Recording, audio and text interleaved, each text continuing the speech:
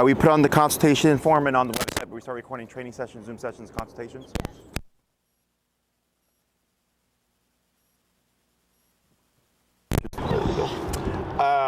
So very wound up. Go ahead and fill me in a bit more about your dog here. Yeah, she's like aggressive towards most dogs. Okay. She gets like anxiety towards people she don't know. Okay. And then that's pretty much the gist of it. Okay. So when you walk around a harness? Yes. Okay. And then how long have you had her for? 2 years. 2 years? And this entire time that she's been that way? Yeah. Okay. What have you done to address it? Okay. Like we've been taking her on walks when she was younger, but she's always walks ahead. Yeah. Tries to take the lead, and she does like everything. She doesn't listen at all. Okay. Yeah. Have you tried any other kind of training collar? No? No. Okay, so just the harness and then the flat collar that you have here. Yeah. Has she ever gotten like in a fight or anything like that with another dog? Yeah. Yeah? That's what pushed us to do this. Was this recent? Yeah. Okay. What, did she get off the leash or the dog went up to her or something? Actually, in my car, the windows were halfway down. Oh, jumped out? Sure. Okay. And then why not earlier or like prior? But she's never attacked another dog. So Okay. it's something that we wanted to do, but this really like pushes us. Sure. I getcha. Anything else? That's it. She's good with like mostly with people. She's never like been aggressive towards people. Like we live with my nieces. Okay. They're both one's 2, one's 9 months, so she's fine with that. Okay. It's just in public is like everything. She's reactive to everything. Okay. So just a heads up, looking at her collar, it looks like it's maybe a smidgen too loose. Because when she moved back right now, it kind of came to a certain point, so we'll just keep an eye on her. So when you see her getting wound up like this, what you're gonna do is you're gonna pull straight up, and then you're gonna now relax. So you see how when you pull up, how that collar slides up right there? Okay. So just be mindful with that. If you try to, because it's a snap buckle, right? It's gonna just loosen right back up again. If you want and run to go ahead and get your harness, because she might slip out of that collar there, which would be not good. So,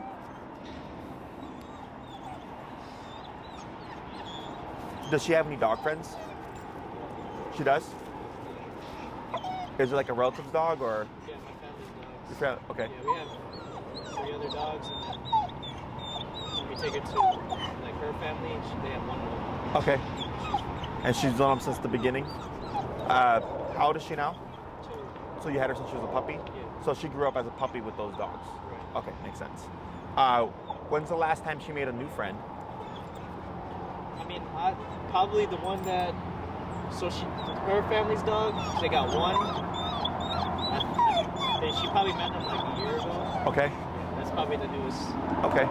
Even with all this behavioral stuff, she was still able to like. Yeah. Okay. Did you do anything with that, like walk them together or anything like that? No. You just brought her in and introduced them? Yeah. Okay. No scuffle or anything? Okay.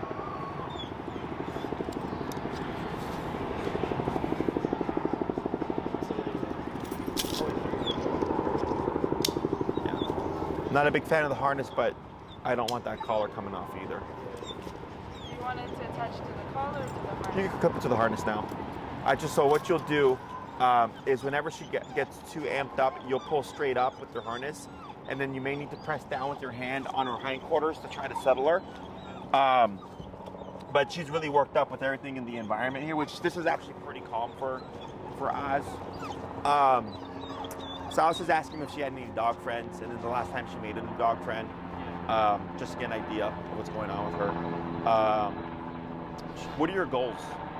I would like to take her out or walks, to be able to just walk her around the block without her trying to attack another dog if she sees another dog. Okay.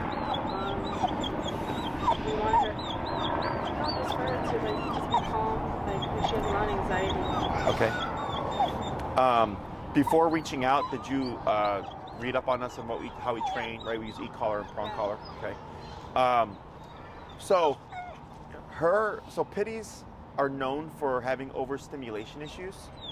Are you familiar with what overstimulation is? No? Is this your first dog? No. No? You've had others? Yeah. Okay. So overstimulation is a dog's lack of boundaries or rules that they understand. So when they're out in the world, everything is an option. Okay? Sniffing, peeing, pooping, barking at a dog, lunging, jumping, saying hi, everything's an option, right? And then you end up with this. Because she's overwhelmed with all the things that she can do, is it puts her under stress because she's just too overstimulated, okay? Which leads to reactivity. So if she goes into the world already kind of at this level, and then you add in the stressor like a dog, then we get the next thing. Have you always walked her in a harness? No. Not at first. Not at first. Okay. When did the harness come into play? When she started pulling, right? Yeah. Okay. Probably like a year and a half, maybe. Okay, so she was 6 months? Yeah. Okay. So, when she was a younger puppy, was this all around, or was it you saw it kind of? Yeah. Saw it kind of build up. Okay. But like in terms of like socializing, we didn't really get a chance because during the time we got her during COVID, so Yeah. we didn't really get like a chance to really introduce her to other dogs, like Sure. especially random dogs. Uh-huh. But then like progressively just got worse from there. Right. So for dogs, 6 months and a year are very kind of pivotal psychological shifts. Is when we start to see behavior issues happen. Also with the harness, harness can create reactivity and or aggression over time. So dogs have this thing called opposition reflex. Are you familiar with what that is? It's when a dog feels pressure, they want to go against it. So if she's pulling on the leash and you pull back, it makes her want to pull more forward.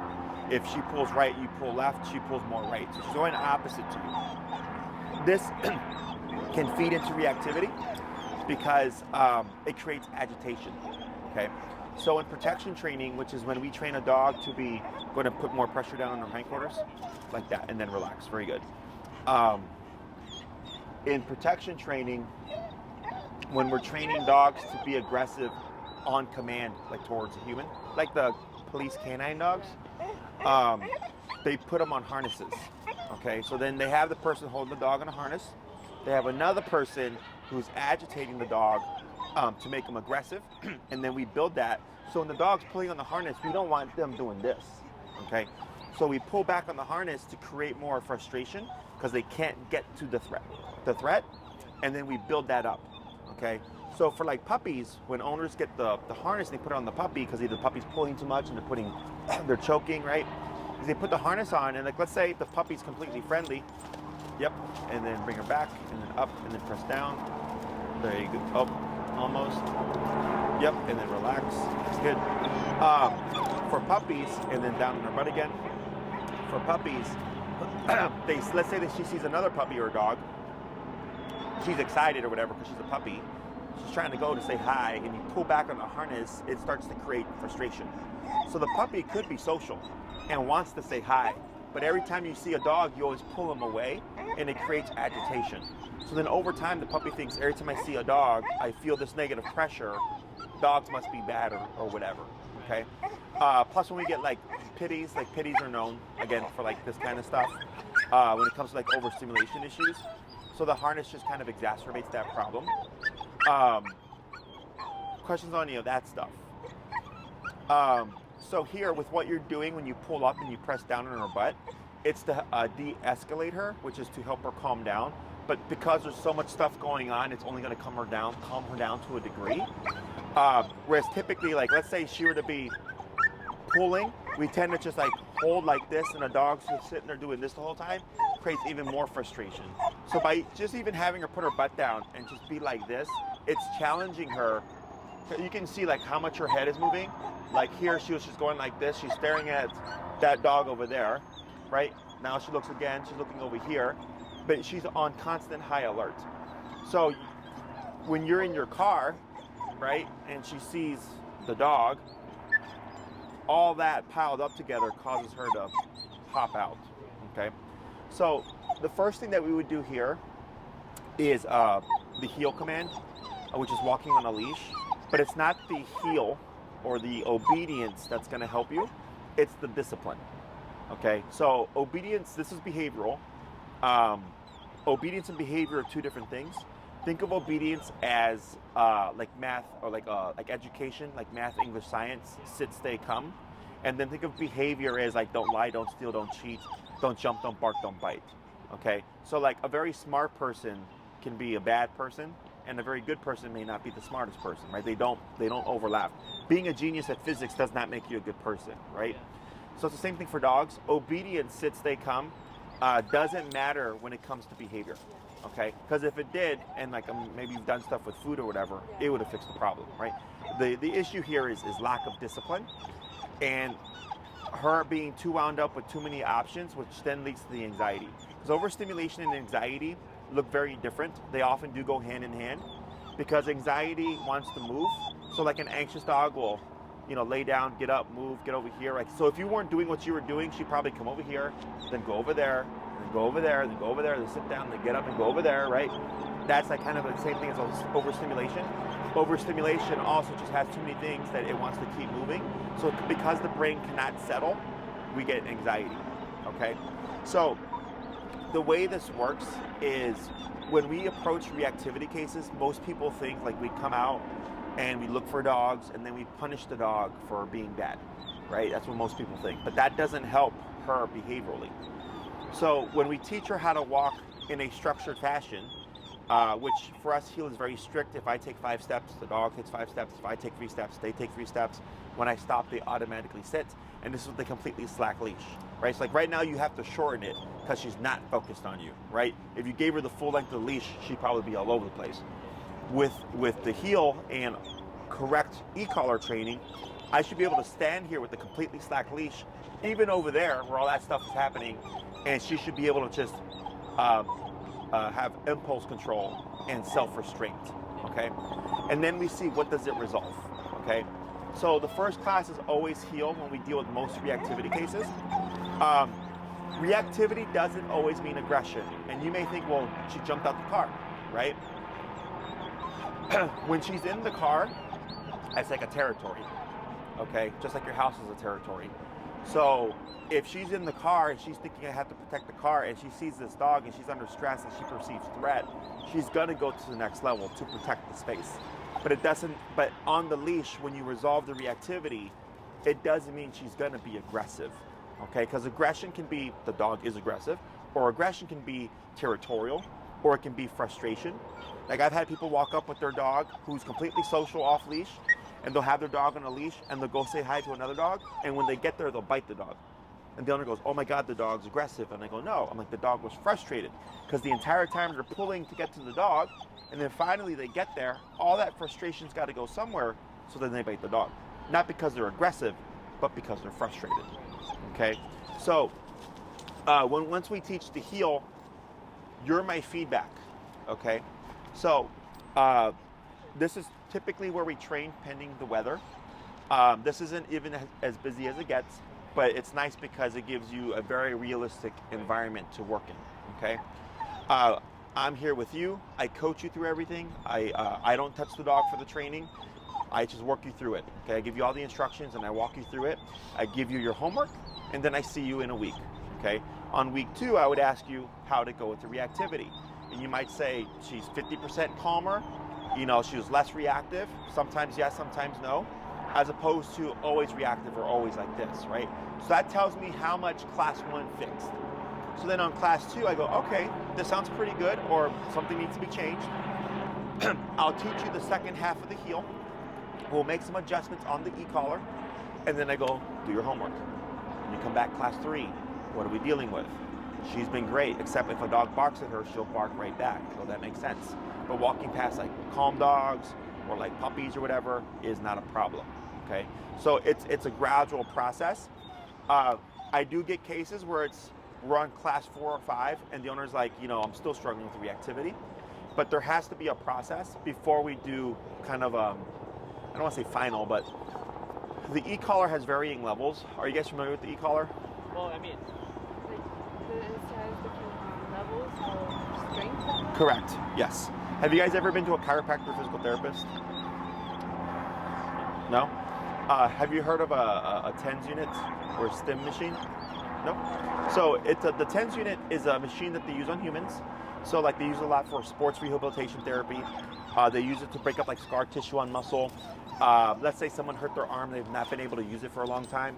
Yeah, you're going to lose a lot of that strength. They use this machine to move the muscles to build up the strength again.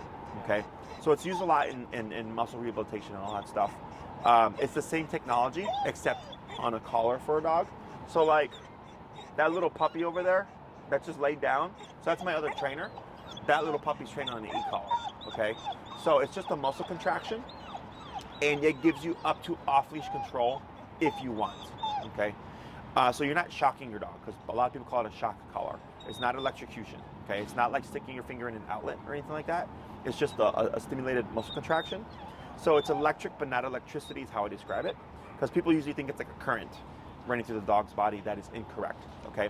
Because if it was that, I'm pretty sure they wouldn't let people use it, okay?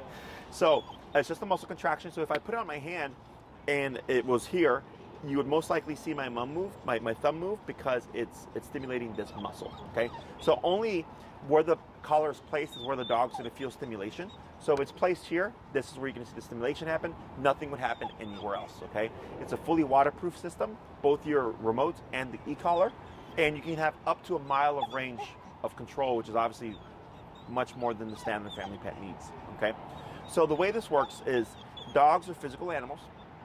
So like, if we use the car example, she sees a dog. She doesn't like the dog walking by your car.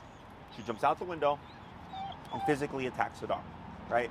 So she's using physicality to either tell that dog, get away from the car, or whatever the conversation is, right? Let's say she didn't like me being in her personal space, and I go to touch her right now, and she doesn't know me, and she's under stress. She might nip at me, she might bite me. But not because she's aggressive, because she's saying like, hey, I don't know you, and I'm under stress, leave me alone, right? So she's using physicality. So same thing for humans. Humans use physicality. The dog doesn't run to the streets. Up. Wait a sec. Yep. And then up.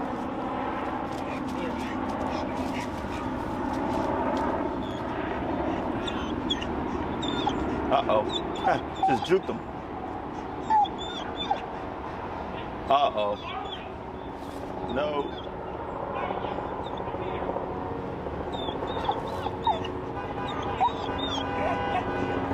Yeah, that's not the first time I've seen that happen here. So like stuff like that wouldn't happen either, because you have control, okay? So, but that's why we use e-collars, so we don't get dogs that run off into the street there. So dogs are physical animals. Yeah, you got it.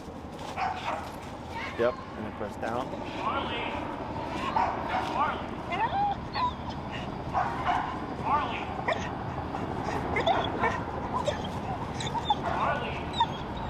She went into the street.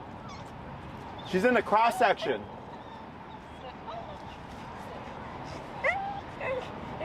Like, your dog just took off and you're walking that slow. Yeah. Yeah, no, that's crazy. Anyways, sorry about that. So, dogs are physical animals, so the e-collar allows us to be physical with her without being physical, so to speak. So like right now, you see how like you're really having to like use your hands and stuff, right, to control her, but mentally she's gone. The e-collar allows us to cut through all that, okay? So if she did something that another dog did not like, they would nip and or bite her to correct her, okay? So we're using the e-collar as a means of biting her at the press of a button. So that's usually what I call a bite and a button, okay? And it's like instant. Yes, it's right away. So like, let's say she happened to slip off the collar and she was taking off, you could stop it and return her, okay? So like, I had a client whose dog was reactive. They had their first class, which was the heel. Dog made a lot of great progress. And between the first class to the second class, they were at the park, like 6 o'clock in the morning when no one was there. They didn't think anything was gonna happen. A neighbor's dog who, they're like enemy dogs, right? Came into the yard, or not the yard, into the park, and they started charging towards each other, and they were able to stop their dog because of the e-collar. Okay, and they had only had one class, but they were able to stop it in the moment and prevent a fight from happening. Okay, so obviously with training, we would prevent all that stuff, and then you would have the control to return her if needed. But even in the case of an emergency, you have the ability to stop or prevent something. Okay, so first thing we always teach is the heel. What does this fix? Come back class 2, how are things going? Feeling good, making progress, not making progress, that's okay. Move on to the second step. Okay, come back class 3, how are we doing? Much better, we just struggle with these things, or like, no, we're feeling like this is pretty tough, okay? So our collars have 127 individual levels, okay, in increments of 1. Other collars might have 20. So 20 and 127 are the same, except I have 107 more levels, okay? So we were able to really fine tune it 40, 60, 50, 49, 51. Whereas with only 20 levels, 10 she might be yelping, but 9 she doesn't listen, right? Because they're too big of a jump in between, okay? So the biggest thing that we struggle with is our clients being comfortable with the e-collar, because they feel they're hurting their dog. They feel like they're shocking their dog, even though I explain to them the technology. You know, the human can't help that, right? It's like, let's say you're struggling and I told you, you know, her number is 80, and you come back and I'm like, how'd it go? You're like, oh, Jesse, it was a really bad week. And I go, how come? You're like, well, I was like, how high did you go? You go 40. I'm like, well, 40 is not 80, right? I'm like, your dog needs 80, and if you're only comfortable to go to 40, you're not going to stop the behavior, okay? So think of like with humans, we have consequences for doing things, right? You can either get a ticket or a fine. You could go to jail, right? You can go to jail for a long time. You can go to prison. You go to prison for a long time, right? Like there's all these like varying consequences depending on what you do. So if somebody stole a Snickers bar, we wouldn't expect them to get life in prison, right? But if someone killed somebody or multiple people, obviously the consequences would be greater. Same thing for the dog, except dog's consequences are all physical. You can't put her in timeout. Timeout is not a thing that dogs do. They don't self-reflect, okay? We cannot tell her you're not going to get an allowance, because a financial consequence is not a consequence. She needs physical, okay? Shouting at her and all that stuff is not consequence, because another dog would not yell at her. The dog would just nip in or bite her, okay? So if I tell you, hey, you got to go to this level to correct her behavior, and you're not willing to go there, we're going to struggle, okay? So that's just me being blunt with you and being honest with you. But as long as you're following the instructions, we should get the result, okay? Every now and then I get a dog that's just got a screw loose. Super rare. We get like maybe 1 to 3 dogs like that a year. Most cases, it might be tough. Like I have a case right now. We just had our 5th class dog and human reactive pit bull mix, where in my head I'm already thinking the dog's gonna need max power, right? I've thought that since class 2, but I have to get the owner ready for that if needed. So we don't come in going 127. I give you a number. Does it work? Next week, right? Nope, didn't work. We're going to go a little bit higher. Come back the next week. Did it work? Nope, go a little bit higher. So eventually, if we do end up going to 127, you'd be like, well, we've tried everything else. We tried all the other options and it's not working. And then when you apply the 127, like, oh wow, like it actually affected the dog. Like she stopped. It's my mom and my dad. Oh, it's okay. Then I go, great, we're making progress, okay? It just may not be the easiest answer, but it's all a process. Hi, how are you guys doing? Questions on any of that? So I think, well, you're comfortable with using that, right? I am. You're comfortable with using that? Yeah. Whatever it takes. Sure. And have you seen any of our videos? I have, yeah. You have, Actually, yeah. okay. So have you? No? So if you'd like, just to get a feel for it, because it's nice to know what you're going into, is because we record all our stuff, we put on YouTube. If you go to our YouTube channel and you look up lesson 1 is always great to watch because no one knows what they're doing but me, right? So you get to see from beginning to end how the dog progresses. We also have more kind of specialized videos where we chop it up and we edit it, you know, to make it look nice, and it's more condensed. And you'll see like dogs with reactivity like her, and the process, and then you hear me explain everything so that you can visually see it, but then also hear what's going on and how it works, okay? So the way I approach things is I don't teach what I don't think you're gonna use. So I focus on the problem, right? And then whatever else you may want, okay? So depending on the amount of control that you would want, you're within a 6 to 12 class range, okay? 6, 9, and 12. We have 3, 6, 9, and 12-week programs. I would put you in the 6 at minimum, 9 or 12 if you want, okay? If you did 6, I focus on the core. We need to get that reactivity in check, okay? That's typically 2 to 3 classes. So the first 2 classes on heel, third class, how are we doing? If we need to take a class on reactivity, we can. If everything's progressing and making progress, we go great. By the 4th class, we should be jumping into recall, which is come when called, so stuff like that don't happen, okay? And that allows you the freedom to take her places and not have to worry about, is my dog gonna run away? If there's dogs playing over here and you're playing here with her, we're not worried, is she gonna take off and go after a dog over there? Because like right now, these dogs are like at least 50 feet away, and you can see how stimulated she is, right? That should not be a problem, okay? So that would be class 4. Class 5 and 6 would be variables. If we're still struggling with trying to get a grasp on the reactivity and having to go up higher. Otherwise, if everything's progressing nicely, we would teach more obedience, okay, or more control. If you do 9 or 12 classes, that just gives us more time and allows us to teach more obedience if you would like, okay? So think of the 6-week program as walk my dog, go to the park. Think of the 9-week program as walk my dog, go to the park, go to a restaurant. And then 12-week program is all that, plus you go hiking, you go to your friend's house, she goes on picnics with you, she's gonna be off leash at the lakefront or in a forest preserve. Like you're gonna be doing a lot of stuff with her, okay? Otherwise, most people fall within the 6 to 9 class range, okay? Questions on any of that stuff? Definitely 6. I mean, obviously, once we get to the point at 6, is there any way we can add? You can, but we don't prorate classes. Okay, so what that means is, let's say, so 6 classes is 1,000. If you do 6 and 6, for example, that would be 2,000. If you did 12 up front, it's like 1,725. Okay, because you're already saying we want to do 12 at minimum, right? So then you get a cheaper per class rate. This helps with my calendar because I book ahead of time. So like, let's say you did 6 classes. For 6 weeks plus 1, when you get your time with Maria, that's your time. No one can take it from you. Okay, so like let's say, what's today, Monday? Let's say Monday at 5 is open, okay?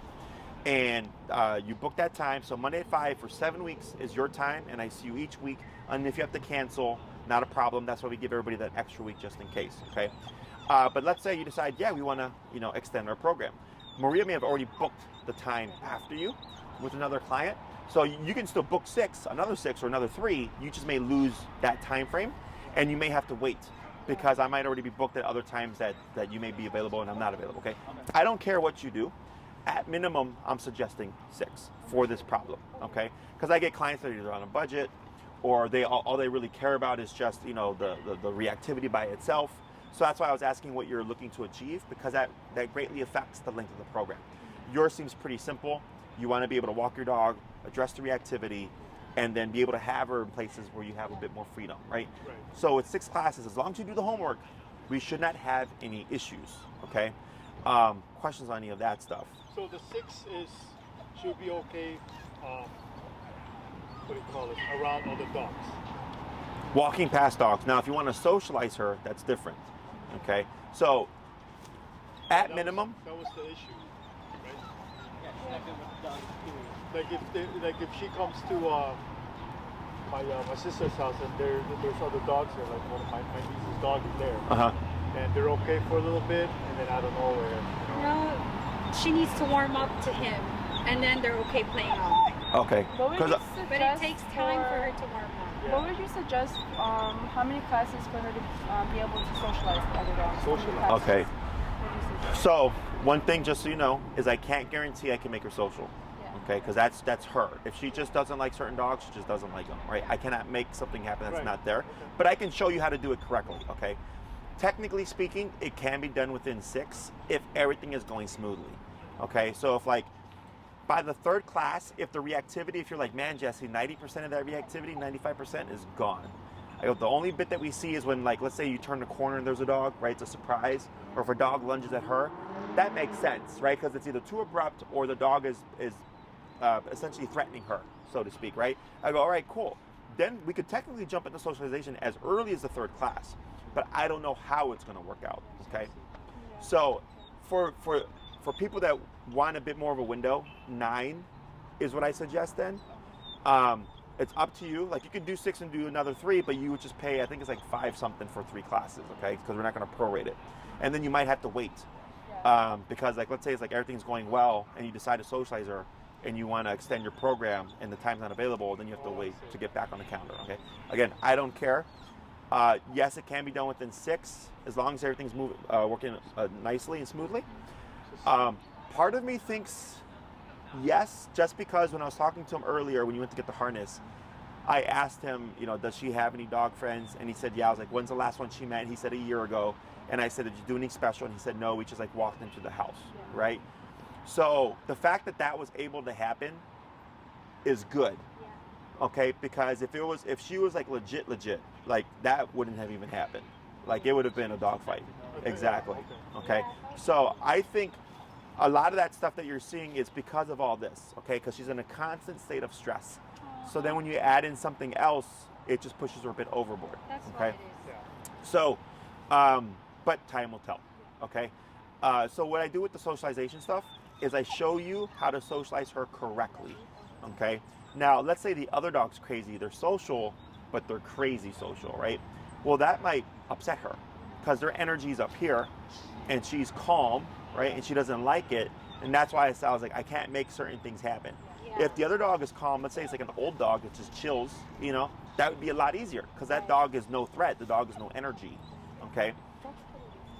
So if you'd like to just have like a bit of a buffer as a window, 9, but technically with 6, and I would like focus on that stuff first. We do the heal, the reactivity, then the socialization, because that seems to be the most important. And then I would go into recall, which is the come uncalled, okay? But if we spend more time on the behavior, we hit class 5 and 6, you might get all the other stuff done, but then we don't address recall, which isn't a big deal, but then you don't get the freedom of like having her run around and stuff, okay? So it's all just personal preference, okay? Other questions? 6 is 1,000. Oh, 6 Yeah, is 1,000. and I So think what's 9 is so 6 is 1,000. I believe 9 is like 1375 or so, and then 12 is 17 something. It's on my website. Like you said, it's 1,000, and then if you add another 3, since it's not quoted, it's another 5. It'd be 5 something exactly. Yeah. So if you commit up front to the 9, it's cheaper per class. Right. Yeah, you might have to wait for the schedule. Yeah. So So is this like when you train, is it like on a weekly basis? Or? yeah, it's once a week for an hour. So like if you know they would pick a time that would work for them and myself, and that's all coordinated through Maria. And where would she be training in here? Yeah, so we try to train here because there's like so much distraction. And then like, let's say you need to do it in-home or something, where I come to you. Are you guys in the city? Yes. Yeah. You are? Yeah. So like a lot of my clients will book here because it's cheaper. Because I still do home to home, but it's just more expensive because now everybody travels to me. Before COVID, I used to go to my clients, all my clients' houses, I used to drive to them. But then when COVID happened, no one wanted people coming over, right? So then I decided to train here where people would come to me and we would get to be outside. But people loved it so much, we just kept doing it. Yeah, so that's why that's one of our trainers right now training with a follow-up over there. So they're meeting here because of all the distraction of people and dogs and stuff. It's perfect. Yeah. And then like if you need to do an in-home one, you can. It's just a $50 upcharge for the one class. Okay, so if you need one class at your home, it's just $50 and I travel out to you. It's like, let's say like the dog in the house that they're like getting in fights or something, then that would be something that I would come to. But that wouldn't be until later, right? So we do all the first stuff that we need to. We see how things play out. If everything's working great, then I don't need to come over. If you need me to come over, then you can set that up with Maria. Okay? And we will decide on how many classes with Maria. No, you can talk.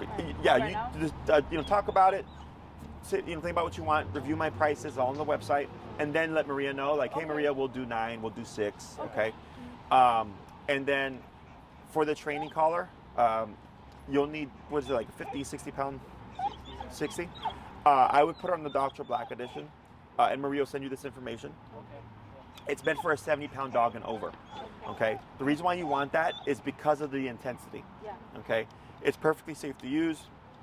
I could put on my 8-pound Chihuahua and he'd be perfectly fine. You get more from less. Okay. So if you put on a lower powered collar, your number could be like 60 or 70, but on the higher powered collar, your number could be 30 or 40. So it's lower. You see that? So it gives you a bit more window in case something happens.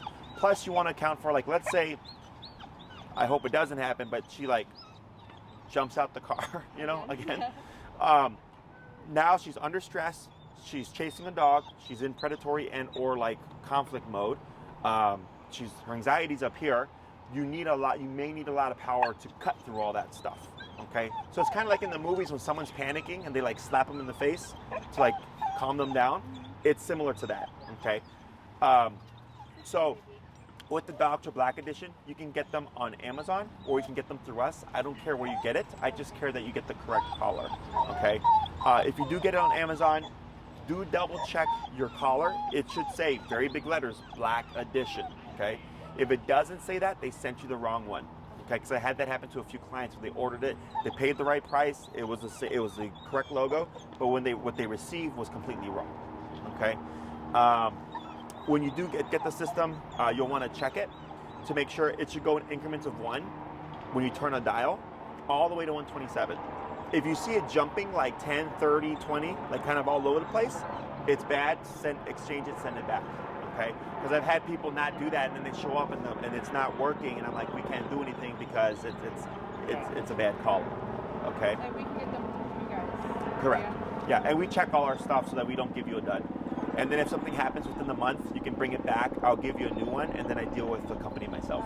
Okay. After a month, we can provide you with a loaner e-collar while you send yours in for repairs, and then when yours comes back, we just take the loaner back. Okay. Other questions?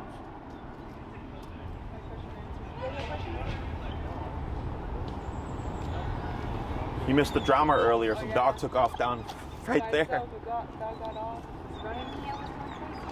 Yeah, she was looking over there. Yeah. Oh. Being like what she's doing now, but dog ran all the way through into the 6 corners right there. And the guy was just Yeah, they couldn't catch it. It was a corgi too. It wasn't even that fast. Yeah. It was like just a little hot dog running. All the information. I appreciate it. Yeah. So when it comes to booking, if you'd like to make things a bit more efficient, if you know you want to do 6 or 9, you can email Maria, say, hey Maria, we'd like to start, please send us the information. We want to do 6 or 9, right? But give her your number and then your schedule, okay? I encourage anyone who's going to be a part of the training, show up to the training, okay? I will focus on the 2 primary handlers. So if that's you guys, I will be working on YouTube, but if they would like to come to learn and just get educated, and not that I won't work with them, but if there's time, I'm happy to work with everybody, okay? But if I'm working with 4 people, it really limits what I can do, okay? No, it's fine. Just wanted to get feedback. Sure. Yes. So yeah, you can email the information, how many you'd like to do, and then your availability. And then please allow her 5 to 7 business days to get back to you, because since you've submitted your form, there have been other requests. We have other previous requests that are now booking their training, and then we have my current client list of like 30 dogs already, okay? So you essentially go back in queue, and then once you come up, if you've sent her the email, she already has the information because that's exactly what she's going to ask you for. And then she can send you the contract form and then get everything situated. Once you have your time, you're good. You don't have to worry about waiting all the time for your next class. You have your time. It's every week. If you have to cancel or reschedule, as long as it's outside of 48 hours, you're fine. If you cancel within 48 hours, we give everybody 1 freebie last-minute cancellation because we understand stuff happens. If you do that twice, then it counts as a class, okay? Remember, you get your time for the length of time that you pay for. So if you cancel a few classes and you did it in appropriate time, you don't lose the class, but you will lose your time after your priority is up. So then Maria would contact you and say, hey, we got another client. They had to book that time slot. You have 2 classes left. Please let me know when your availability, and she'll help you schedule with wrapping up those last 2 classes. Okay. Other than that, please feel free to check out my channel, my YouTube channel. Lesson 1's, again, great to watch because no one knows what they're doing. If you look on my playlists, you'll see something that says dog training or client highlights. If you click on that one, that's what I mentioned earlier, where like I have a case, the dog's name is Lake. Very reactive dog towards everything, humans and dogs. When they showed up, she was like lunging at me and stuff, lunging at everything. And then by the end of the class, she was completely calm. Okay, so it's a good video to watch because it's similar to your case. Every case is different, but it just goes to show you that the methods do work. One of the most common questions I get is, when does the e-collar go away? In my book, when you need it, it doesn't. Okay, so that means if you're going to walk her outside, if she's going to be off leash, you'd have your collar on. It's not that you're always using it, it's just that it's present just in case something happens, Yes. okay? But she knows that it's there. Exactly. So people always ask, like, well, if the training's so good, why does a dog need the collar? So you guys drive? You go on the expressway? Do you go the speed limit? No. Yeah, most people don't go the speed limit, right? You see a cop car, what happens? Slow down. Because there's threat of consequence. So think of the e-collar as a cop on a collar. Right. Okay? When it's present, she's going to behave herself. When it's not present, she's going to push the boundaries. Okay?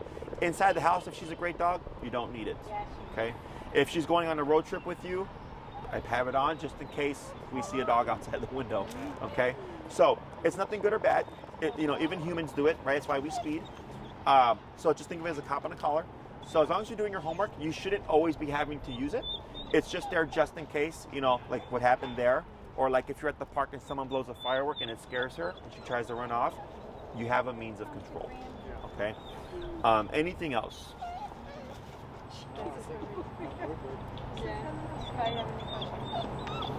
No? Okay. So yeah, you can contact Maria and she'll get back to you as soon as you're up next to be booked. And then if you have any questions you may have forgotten to ask, you can ask Maria. If they pertain to me, she'll email me and I'll email an answer back. Otherwise, nothing that I've not seen before. I see this stuff all the time. So shouldn't be a problem. Okay? That's good. Awesome, guys. It was a pleasure meeting everybody. If you have any other questions, let us know. Thank Take you care. so much. You're welcome. Bye, Mimi.